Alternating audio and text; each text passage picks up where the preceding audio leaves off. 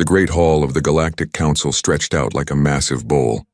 Thousands of seats held representatives from across the galaxy. Each species had their own section with special air, gravity, and temperature controls. The humans sat in a small corner with only 12 seats. They were the newest members and got the worst spot. Ambassador Dongmin adjusted his simple black suit and looked around the hall.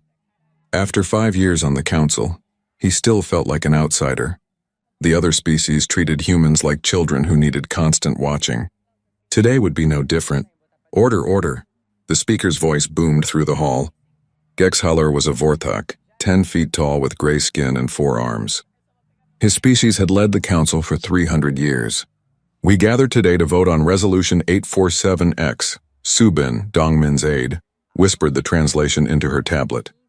The resolution had many fancy words, but it meant one thing. The council wanted to control human expansion. They wanted to stop humans from building new colonies. They wanted to put watchers on human worlds. They said it was for everyone's safety. The humans are too unpredictable, said Chancellor Vexthul as he stood up. His purple robes shimmered as he moved. They make decisions based on emotions, not logic. They fight among themselves constantly. How can we trust them with advanced technology? Murmurs of agreement came from around the hall. The crystalline Nethri delegates chimed like bells. Their speaker, Humtar, projected thoughts into the translation system. Humans lack the mental discipline for space travel. They should remain on their birth world until they evolve further.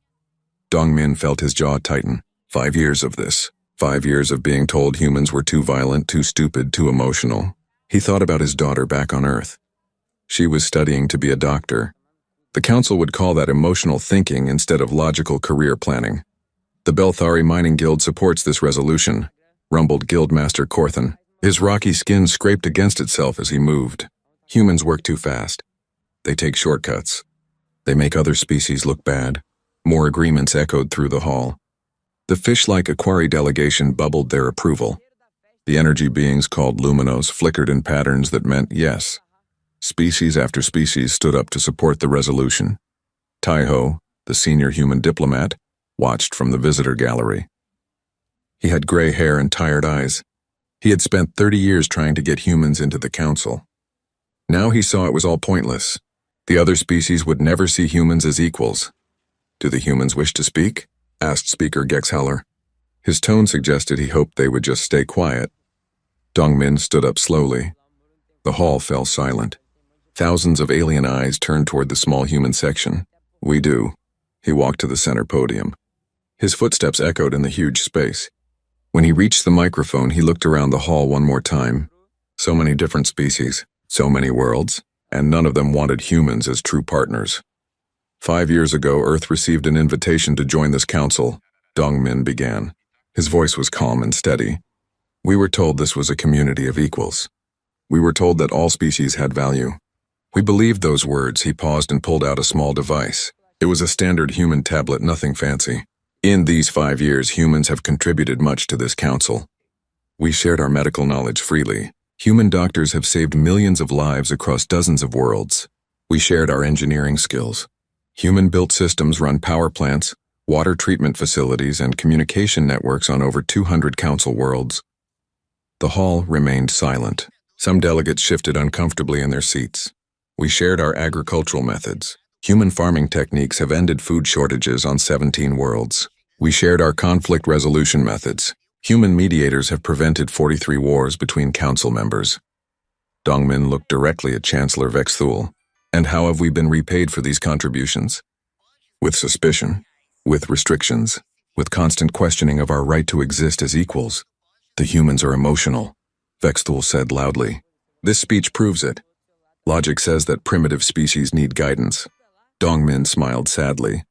You call us primitive, yet your ships use human-designed navigation systems. Your worlds depend on human-built infrastructure. Your people live longer because of human medical advances. Tell me, Chancellor, which of us is truly primitive? The Vorthok delegates' forearms waved angrily. We allowed humans to help as a courtesy, to teach them proper methods. A courtesy, Dongmin repeated. He looked around the hall again. Today you vote to restrict human expansion, to place observers on our worlds, to treat us as children who cannot be trusted. This is not partnership. This is not equality. This is supervision. Subin was typing rapidly on her tablet. The withdrawal documents were already prepared. They had hoped it would not come to this, but they were ready. Let us vote, Speaker Gexhaller announced. All in favor of Resolution 847X? Lights began appearing across the hall. Green lights meant yes. Red lights meant no. The counting system was automatic and instant. Green lights appeared everywhere. The Vorthax voted yes. The Nethri voted yes. The Belthari voted yes. Species after species voted to restrict humanity. The final count appeared on the main screen. 847 votes for the resolution. Only one vote against it. The humans had voted alone. Dongmin walked back to the podium. The hall was buzzing with satisfaction. The alien delegates seemed pleased with themselves. They had put the troublesome humans in their place. The resolution passes, Speaker Gexhaller announced. Humans will now be subject to council oversight and expansion restrictions. Dongmin reached the podium and activated the microphone one final time. No, he said simply. The hall fell silent again. Excuse me? The speaker asked. I said no, Dongmin repeated. Humanity formally withdraws from the Galactic Council. Effective immediately. We came seeking partnership. We found prejudice. We offered cooperation. We received condescension. This ends now. Subin pressed a button on her tablet. Across the galaxy, every human colony, ship, and station received the same message at the same moment. The withdrawal order was final and complete. All human personnel will depart council space within 72 hours. Dongmin continued. All human assistance, cooperation, and support ends now. All human-maintained systems will be transferred to local control immediately. We wish you the best of luck. The hall erupted in chaos. Delegates were shouting in dozens of languages. The translation system could not keep up with all the different voices. Speaker Gexhaller was banging his gavel, trying to restore order. Dongmin walked out of the hall with Subin behind him. Neither of them looked back. Behind them, the Galactic Council was learning what it meant to stand alone. 30 days had passed since the humans left the Council. At first, most alien species thought it would be easy to replace them. Humans were primitive, after all. How hard could their jobs be? On the mining world Kepler 442b, the answer was becoming clear. Very hard. Chief Engineer Hyun-Soo had managed the atmospheric processors for 3 years. The machines turned the planet's toxic air into something the Belthari miners could breathe. They were complex systems with thousands of moving parts. When Hyun-Soo left with the other humans, he handed over thick instruction manuals to his replacement. Guild Engineer Morthen was confident he could handle the job. He was Belthari, after all. His people had been mining asteroids when humans were still living in caves. How difficult could atmosphere processing be? The first processor shut down on day 12. Morthen checked the manual. It said to replace filter array 7A when pressure dropped below normal. He found filter array 7A and replaced it. The processor stayed off. He called the second Belthari engineer Vorkel for help. Together they studied the manual for hours.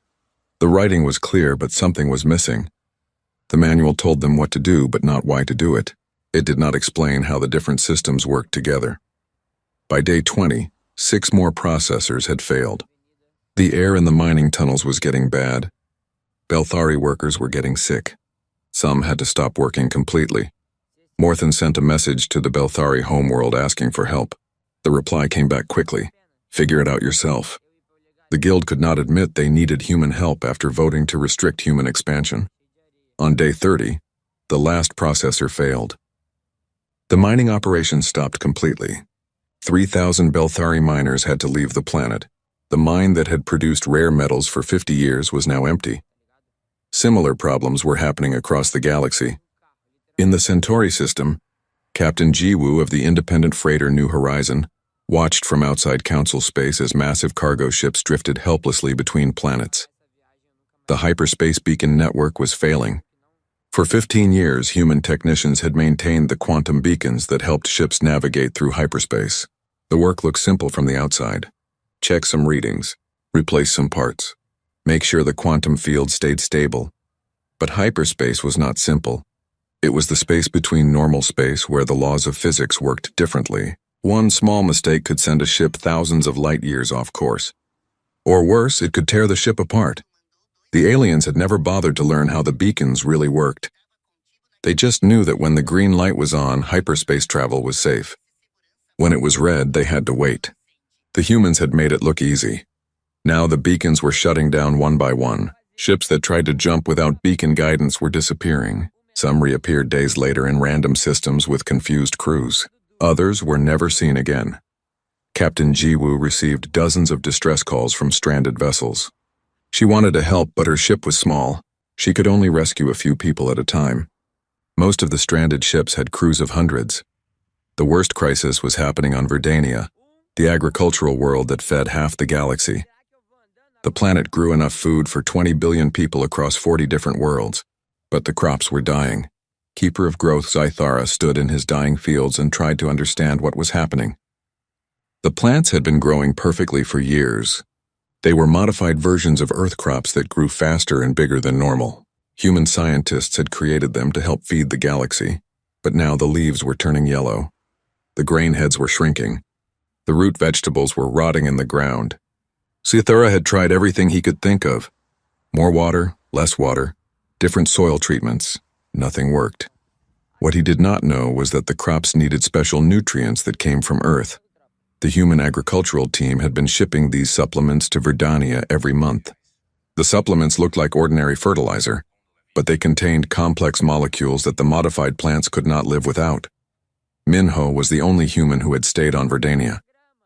He was married to a Verdanian woman and had children who were half human.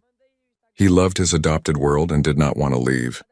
But now he was the only person who understood why the crops were failing. Zythara found Minho working in his small private garden. The humans' vegetables were green and healthy while everything else was dying. "Please," Zythara said. "You must help us. Billions of people will starve if the crops fail." Minho looked up from his tomatoes. They were Earth tomatoes, not the modified versions. They grew slower, but they did not need the special supplements. "I want to help," he said. "But I cannot." "Why not?" "You clearly know how to make plants grow." Minho pointed to the sky. A council security ship was landing at the spaceport. "Because they are coming to force me to help, and I will not be forced." The security team arrived an hour later. They were Althari, tall and pale with silver eyes. They considered themselves the most intelligent species in the galaxy. The team leader, Commander Kethevos, spoke to Minho like he was a child. "You will provide the agricultural data needed to save the crops," Kethevos announced. "This is not a request." Minho smiled sadly. "I cannot do that. Cannot or will not." "Both." Minho pulled a small device from his pocket. It looked like a simple communicator, but it was connected to the planetary agricultural network. "This is a dead man's switch. If I do not enter a code every 24 hours, it will erase all human agricultural data from your computers." Kethevos stepped forward. "That would be an act of terrorism." "No," Minho said. "That would be preventing theft. The data belongs to humanity. We created it. We shared it freely when we were partners, but we are not partners anymore." The Althari commander reached for his weapon. Minho did not move. "Shoot me if you want," the human said. "But remember that someone has to enter the code in 23 hours and 57 minutes. "Only I know what it is." Kethevos stopped. He could not risk losing the data. Too many people depended on Verdanian food, but he also could not let a human defy council authority. While he hesitated, Minho pressed a button on the device. The agricultural computers across the planet began displaying the same message. Data purge initiated. Human agricultural database will be deleted in 72 hours unless authorization is received from Earth. "You have 3 days to contact Earth and ask for help," Minho said. "But remember, they voted to leave the council. They might not want to talk to you." The first formal request for assistance reached Earth on day 32. It came from the Verdanian government, asking for emergency agricultural aid. The message was polite but desperate.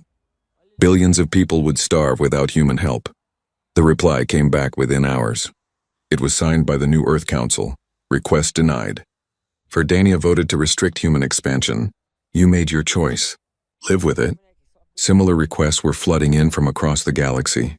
The Belthari Guild wanted help with their mining equipment. The Hyperspace Navigation Authority needed technicians to fix the beacon network. The Nexari Collective was having problems with their quantum communications. All the requests received the same reply. Request denied. The aliens were starting to understand something they had never realized before. The humans had not just been working for the Council, they had been holding the galaxy together. On Earth, Ambassador Dongmin read the daily reports of system failures across Council space. He felt no satisfaction in their problems, but he felt no sympathy either. The galaxy had made its choice. Now it would learn what that choice meant. Subin knocked on his office door. "Sir, we have received an interesting offer." "From who?" "The Kithra refugees. They want to join our alliance." Dongmin smiled for the first time in weeks. The Kithra were a species the Council had abandoned when their world was destroyed by corporate mining. They had been living on refugee ships for years, ignored by the great powers of the galaxy. "Send word that they are welcome," he said. "It is time to build something better." 6 months had passed since humanity left the Council. The problems were getting worse every day. What had started as small equipment failures was now threatening entire civilizations. Dr. Hyejin sat in her laboratory on New Sol, the first major human colony built outside Council space. She was documenting the collapse of galactic civilization. Her job was to record everything that happened. Future generations needed to understand why the galaxy fell apart. Her computer showed reports from across Council space. The news was bad everywhere. The Nexari collective was facing the worst crisis in their history.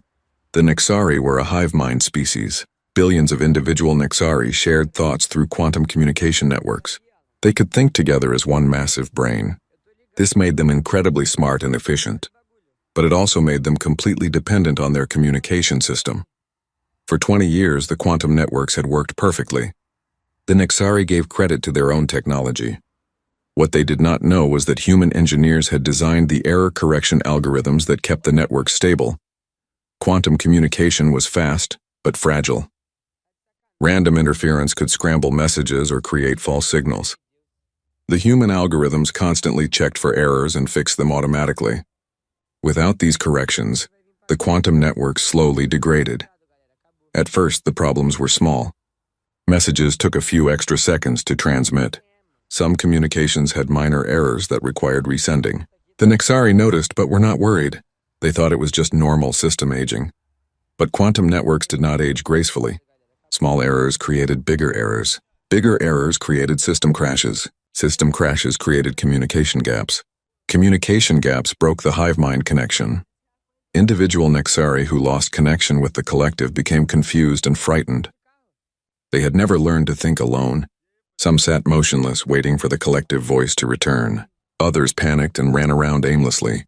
A few tried to reconnect by overloading the remaining communication nodes, which made the problems worse. Queen Mind Nethasara was one of the few Nexari who could think independently. She had been trained to lead during emergencies when the collective might be damaged. Now she faced the worst emergency in Nexari history. The communication lag between Nexari worlds had grown from milliseconds to hours. The collective was breaking apart. Entire planets were going silent. Some Nexari worlds were trying to fix the problem by building their own networks, but they did not understand the human algorithms. Their attempts only created more interference. Nethasara sent a desperate message to Earth. She offered to trade anything for human technical assistance. Advanced Nexari science, territorial concessions, even Nexari colony worlds. The reply came back quickly. The Nexari collective voted to restrict human expansion. Request denied. Industrial worlds across the galaxy were having similar problems. Automated factories that had run perfectly for decades were breaking down. The aliens had been so impressed by human efficiency that they had copied human designs without understanding how they worked. On the manufacturing world, Kalos Prime, factory after factory was shutting down. Sungmin, the former chief systems engineer, watched the news from his new home on the colony world Haven. He remembered installing those systems himself. The Kalos Manufacturing Consortium had hired human engineers to modernize their factories. The old alien systems were slow and inefficient. The humans had designed new automated systems that tripled production while using half the power. But the human systems were complex. They used artificial intelligence to optimize production in real time. They adjusted schedules, power usage, and material flow based on thousands of variables. The AI made millions of small decisions every day to keep everything running smoothly. The aliens had been amazed by the results. They copied the human designs and installed them across hundreds of worlds. They thought they were getting advanced technology for free. What they did not realize was that the AI systems needed constant updates and maintenance. Human technicians had provided this maintenance remotely. They updated the software, fixed bugs, and adjusted parameters as conditions changed. The work was invisible to the aliens, who only saw the final results. When the humans left, the maintenance stopped. The AI system slowly became outdated. They started making bad decisions based on old information. Production schedules became chaotic. Power systems overloaded. Material flows created bottlenecks and waste. The factory owners tried to fix the problems themselves. They hired their own technicians and bought new computers. But they could not recreate the human AI algorithms. The systems were too advanced and too complex. Within 6 months, industrial production across the galaxy had dropped by 60%. Worlds that had depended on manufactured goods were facing shortages of everything from medical equipment to basic tools. The military situation was even worse. Defense networks that had protected worlds for decades were failing catastrophically. The Althari war fleet, once the most powerful military force in the galaxy, was learning just how dependent they had become on human technology. Admiral Kethmoran stood on the bridge of his flagship and stared at blank sensor screens. The ship's sensors had been upgraded with human technology 5 years ago. The improvements had been incredible. Detection range increased by 400%. Target resolution improved by 300%. The Althari had felt invincible. Now the sensors showed nothing but static. The human-designed quantum sensor arrays were failing one by one. Kethmoran's ships were flying blind through space that was known to contain pirate fleets and hostile forces. "Admiral," reported Navigation Officer Thexval, "3 more ships have lost sensor contact. They are requesting permission to return to base." Kethmoran wanted to say yes. Blind ships were sitting targets. But if he sent ships home every time they lost sensors, he would have no fleet left. Denied. They will maintain formation and rely on passive sensors. Passive sensors were the old Althari technology. They could detect large objects at close range, but they missed small ships and long-distance threats. It was like trying to fight with one eye closed. An alarm sounded. "Admiral, we are receiving a distress call from the mining platform Zeta 7. They report unknown ships approaching their position." "How many ships?" Kethmoran asked. "Unknown, sir. The platform's sensors are also down. They can only see what their telescopes can detect." Kethmoran felt frustrated and helpless. The unknown ships could be anything from harmless traders to dangerous pirates. Without proper sensors, there was no way to tell until it was too late. "Set course for Zeta 7, maximum speed." The flagship and its escort ships jumped to hyperspace. The old navigation systems worked, but they were slow and inefficient compared to human-designed equipment. The journey that should have taken 2 hours took 6 hours. When they arrived, Zeta 7 was gone. The mining platform had been destroyed. Debris floated in space where it used to be. There was no sign of the attacking ships. "Search for survivors," Kethmoran ordered, but he knew it was probably too late. Without modern sensors and fast navigation, the Althari fleet was always arriving after the disasters had already happened. Similar attacks were happening across the galaxy. Pirates and hostile forces had quickly realized that the great military fleets were now nearly helpless. Worlds that had been safe for generations were suddenly vulnerable. The Council held emergency sessions every day. Representatives from hundreds of species demanded action. They wanted solutions to the cascading failures. They wanted their technology fixed. They wanted their security restored, but the Council had no solutions to offer. They had expelled the only species that understood how to fix the problems. The remaining species could build impressive monuments and create beautiful art, but they could not maintain the complex systems that kept galactic civilization running. Chancellor Vex Thul stood before the assembly and tried to maintain order. The Great Hall was in chaos. Representatives were shouting at each other in dozens of languages. Some were demanding war against humanity. Others were calling for immediate surrender and begging for human help. "The humans were only one species among many," Vex Thul said loudly. "We do not need them. We can solve these problems ourselves." But his words sounded hollow. Every day brought news of new failures and new disasters. The galaxy was falling apart and everyone knew why. Dr. Hai Jin finished her daily report and sent it to the human archive ships. The record would be complete. Future historians would understand exactly how and why the Galactic Council destroyed itself. She looked out the window of her laboratory at the growing city of New Sol. Human colonists were building something new here, something better.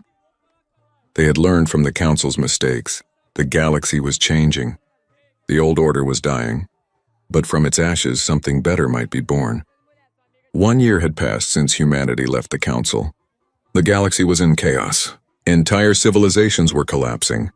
The proud species that had voted to restrict human expansion were now desperate for human help. The first to break was the Vorthak hegemony. Chancellor Vex Thule, who had led the vote against humanity, now found himself preparing for the most humiliating mission of his life. He was going to beg the humans to return. Boram was the civilian administrator of New Sol, the largest human colony outside former council space. She was a quiet woman who preferred managing supply schedules to grand politics. But today she was about to receive the most powerful political leader in the galaxy. The Vorthak delegation arrived in a massive ceremonial ship. It was 10 times larger than necessary, covered in gold and precious metals. The ship itself was worth more than most planets' annual budgets. This was meant to impress the humans and show Vorthak wealth and power. Boram met them at the spaceport with a simple shuttle and a cup of coffee. She wore a plain blue jumpsuit and work boots. The contrast was intentional. The humans were done being impressed by alien displays of wealth. Chancellor Vex Thule, Boram said politely as the massive alien emerged from his ship. "Welcome to New Sol. I hope your journey was comfortable." Vex Thule's forearms carried elaborate gifts. Rare crystals, ancient art, and precious metals worth billions of credits. He had practiced this speech for weeks. "Administrator Boram, I come bearing symbols of friendship and regret. The Vorthak hegemony wishes to apologize for our past misunderstandings." Boram accepted the gifts with a smile. "Thank you. These will look lovely in our children's museum. The kids will enjoy the pretty colors." The Chancellor's face darkened. These were priceless artifacts, not toys for children. But he forced himself to remain calm. He needed human help too desperately to be offended. "We come to offer humanity full membership in a new galactic organization," he continued. "The Vorthaks would be honored to serve as your partners in rebuilding galactic civilization." "That's very kind," Boram said. "But we're not interested in galactic politics anymore. We're too busy helping our friends." "Friends?" Boram gestured toward the city. In the distance, construction crews were building new districts. But these were not human workers. The crews included Cathera refugees, independent traders from dozens of minor species, and exiles from council worlds who had refused to support anti-human policies. "We call it the Free Worlds Alliance," Boram explained. "Anyone who believes in cooperation instead of domination is welcome to join. We're building something new." Vex Thule felt panic rising in his chest. "But the galaxy needs proper leadership. The Vorthaks have ruled for centuries. We know how to maintain order." "Your order is collapsing," Boram said gently. "We've seen the reports. Mining worlds abandoned, communication networks failing, defense systems crashing. How is that working out for you?" The Chancellor had no answer. The Vorthak hegemony was indeed falling apart. Without human-maintained systems, their vast empire was becoming unmanageable. Whole sectors were going dark.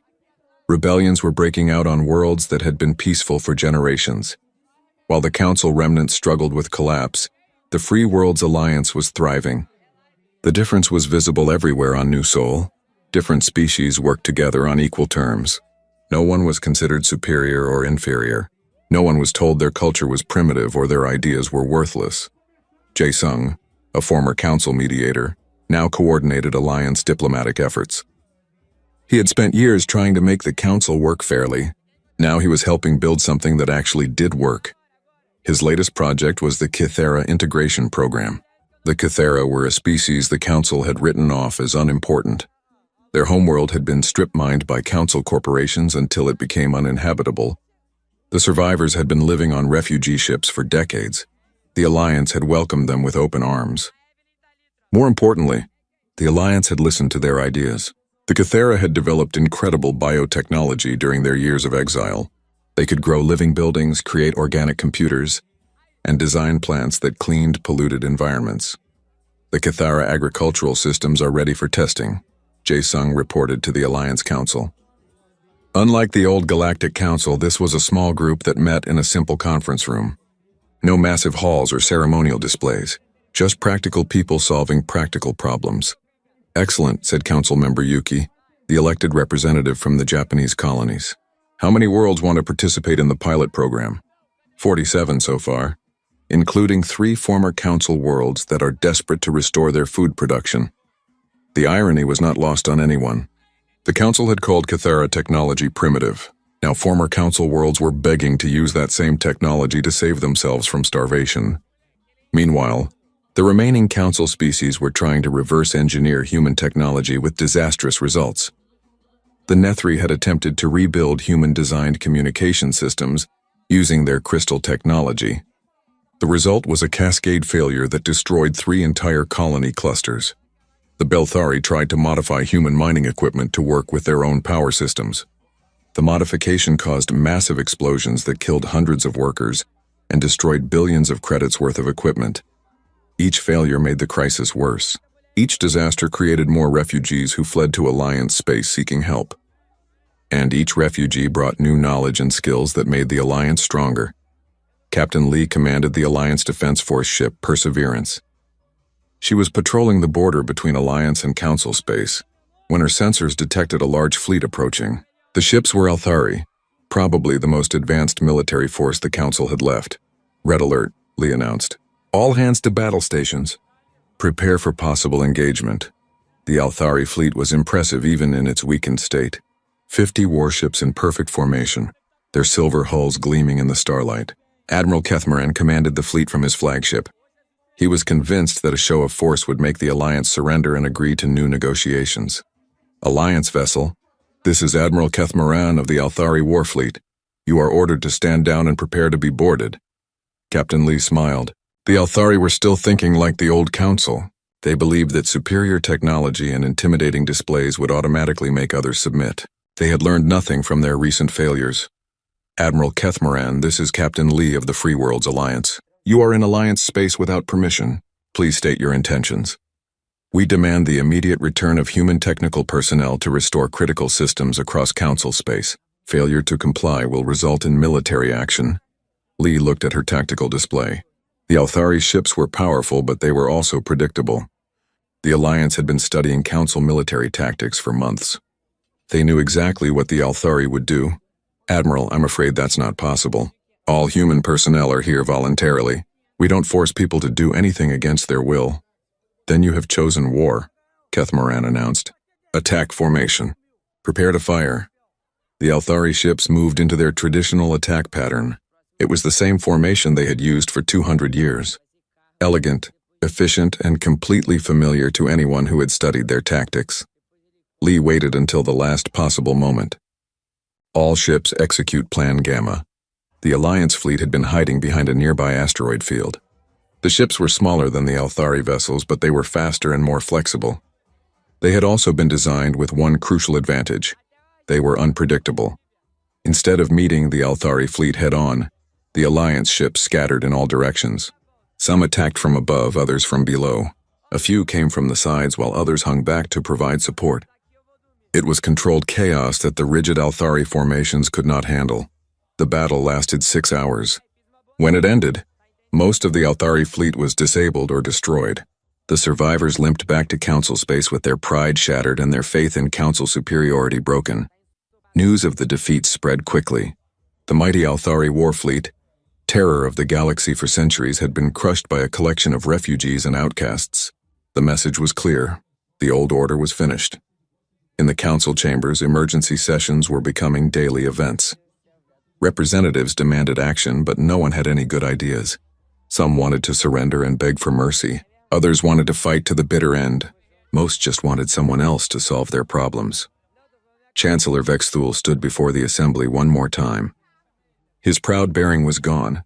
His fancy robes were wrinkled and stained. The weight of galactic collapse was crushing him.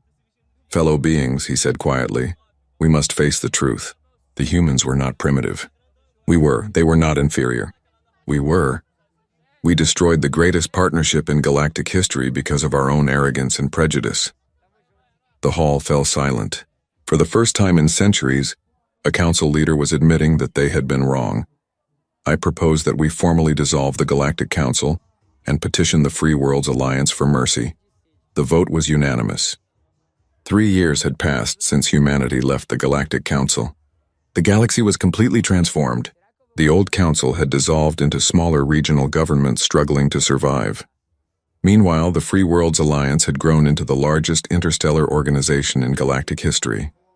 Dayun stood at the podium in the Alliance Assembly Hall on New Geneva Station. She had been elected as the first chancellor of the Free Worlds Alliance 6 months ago. Unlike the old council chambers, this hall was modest in size and comfortable for all species. No one sat in positions of honor or shame. Everyone was equal. Today marks the 3rd anniversary of humanity's departure from the Galactic Council, Dayun said to the assembled representatives. It also marks the day we officially welcome our 200th member species. Applause filled the hall. The newest members were the Zephyrian Trade Federation, a group of merchant species that had been ignored by the old council. They brought with them advanced commerce networks and peaceful trading traditions. The transformation had been remarkable. Species that had barely been acknowledged by the council were now thriving members of the alliance. The Cathera had become master terraformers, turning dead worlds into garden paradises. The Rimworld Collective had contributed advanced asteroid mining techniques that were safer and more efficient than anything the Belthari had ever developed. Most surprising of all, many former council species had applied to join the alliance, not as rulers or senior partners, but as equals seeking cooperation instead of domination. Ambassador Wu Jin maintained diplomatic contact with the council remnants from his office on Harmony Station. His job was to monitor the former council territories and assist any species that wanted to join the alliance. It was delicate work, since many proud species still struggled with the idea of equality. The Vorthak hegemony has submitted another application for alliance membership, Wu Jin reported to the weekly diplomatic briefing. This is their 5th attempt. What's the problem this time? Asked diplomatic coordinator Min Seo. Same as always. They want guaranteed leadership positions and special status as a senior species. They can't accept that membership means equality. The Vorthaks were struggling more than most former council species. Their empire had been built on the idea that they were naturally superior to other species. When that superiority was proven false, their society had no other foundation to stand on. Rebellions and civil wars were tearing their territory apart. Other species were adapting better. The Nethri had learned to value diversity over conformity. Their crystal networks now incorporated technology from dozens of different species, making them more robust and creative than ever before. The Belthari had abandoned their corporate hierarchies and formed worker cooperatives that were both more efficient and more fair. The alliance had succeeded by doing exactly what the council had refused to do, treating all species as equals with valuable contributions to make. There were no primitive cultures or advanced civilizations. There were only different approaches to solving problems.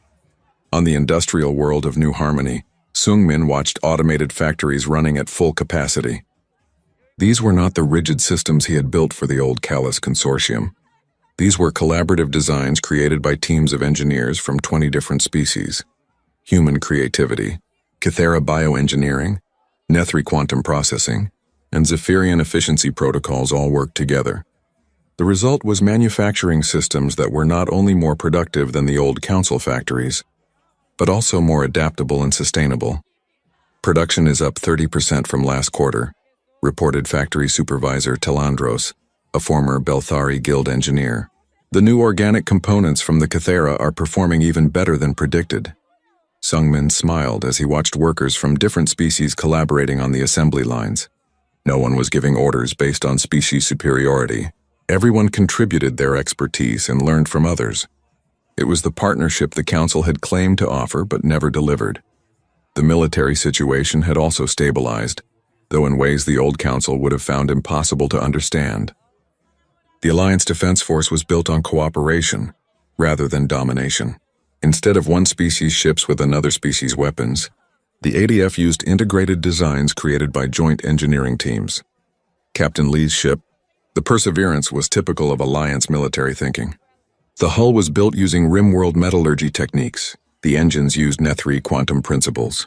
The sensors combined human innovation with Zephyrian precision. The weapons were based on Cathera biotechnology that disabled rather than destroyed enemy ships. The ship was a physical symbol of Alliance values. Different strengths working together to create something better than any one species could build alone. "Captain," reported Communications Officer Tai Jun. "We're receiving a distress call from the Epsilon sector. Pirate raids are attacking civilian shipping. Set course for Epsilon," Lee ordered, "and send word to the local Alliance members. Let's see if they want to help protect their own shipping lanes." The response was immediate. Ships from 6 different species volunteered to join the mission. The pirates would face not just one Alliance ship, but a multi-species task force working together. It was exactly the kind of cooperation that made piracy increasingly difficult in Alliance space. Meanwhile, in what remained of Council space, the situation continued to deteriorate. The Althari Empire had fragmented into dozens of competing factions. Each faction claimed to be the true heir to Althari greatness, but none could maintain the complex systems needed for interstellar civilization. Some Althari groups had tried to rebuild their empire through conquest. They attacked weaker neighbors and seized their resources. But these victories were temporary. Without the knowledge to maintain captured technology, the conquered worlds quickly became worthless. Other Althari factions had taken a different approach. They swallowed their pride and applied for Alliance membership. These applications were always approved, but the adjustment was difficult for a species raised to believe in their own superiority. Colonel Keth Andon was one Althari officer who had made the transition successfully. He now served in the Alliance Defense Force alongside former enemies and species his people had once considered inferior. It had been humbling but also educational. "I spent my whole life believing Althari were the galaxy's natural leaders," he told his mixed-species crew during a training exercise. "I was wrong. Leadership isn't about genetic superiority or ancient glory. It's about bringing out the best in everyone around you." His crew included humans, Kithara, reformed Belthari, and even a few Vorthax who had abandoned their empire's failing ideology. They worked together better than any pure species unit he had ever commanded. The old council's greatest fear had been that humans were too chaotic and unpredictable for galactic civilization. The Alliance proved that chaos and unpredictability were actually strengths. When problems arose, Alliance species found creative solutions by combining different approaches. The rigid thinking that had dominated the Council was gone. Educational exchanges were common throughout Alliance space. Students from every member species could study anywhere they wanted. Universities that had once been restricted to single species now hosted diverse student bodies that learned from each other's perspectives. On the research station Deep Thought, Dr. Haijin worked alongside colleagues from 30 different species. They were developing new terraforming techniques that combined the best ideas from across the galaxy. The project would have been impossible under the Council, where species rarely shared their most advanced knowledge. "The preliminary results are excellent," reported research coordinator Yoon Seo. "The combined biotech and quantum engineering approach is 50% more efficient than anything we've tried before." "Any problems with species compatibility?" Hijin asked. "None at all. In fact, the diversity of perspectives is helping us solve problems faster. When one approach doesn't work, someone always has a different idea to try." It was exactly what the Alliance had been built to achieve. Different species working together as equals to accomplish things none of them could do alone. In the Alliance capital of New Geneva, Chancellor Daun prepared for her evening address to the galaxy. It was a tradition she had started, a simple broadcast that anyone could watch. Unlike the grand pronouncements of Council leaders, these talks were conversational and honest. 3 years ago, humanity was told we were too primitive for galactic civilization, she said to the camera. Too emotional, too unpredictable, too dangerous. The Council voted to restrict our growth and place us under supervision. She paused and looked out the window at the bustling space station. Ships from hundreds of worlds moved through the traffic patterns in perfect harmony. No one species controlled the others. Everyone contributed to the shared success. Today, we live in a galaxy where over 200 species work together as equals, where diversity is valued instead of feared, where cooperation replaces domination. The Council was wrong about humans, but more importantly, they were wrong about what makes civilization strong. The broadcast was watched across Alliance space and in the struggling remnants of Council territory. For Alliance citizens, it was a reminder of how far they had come.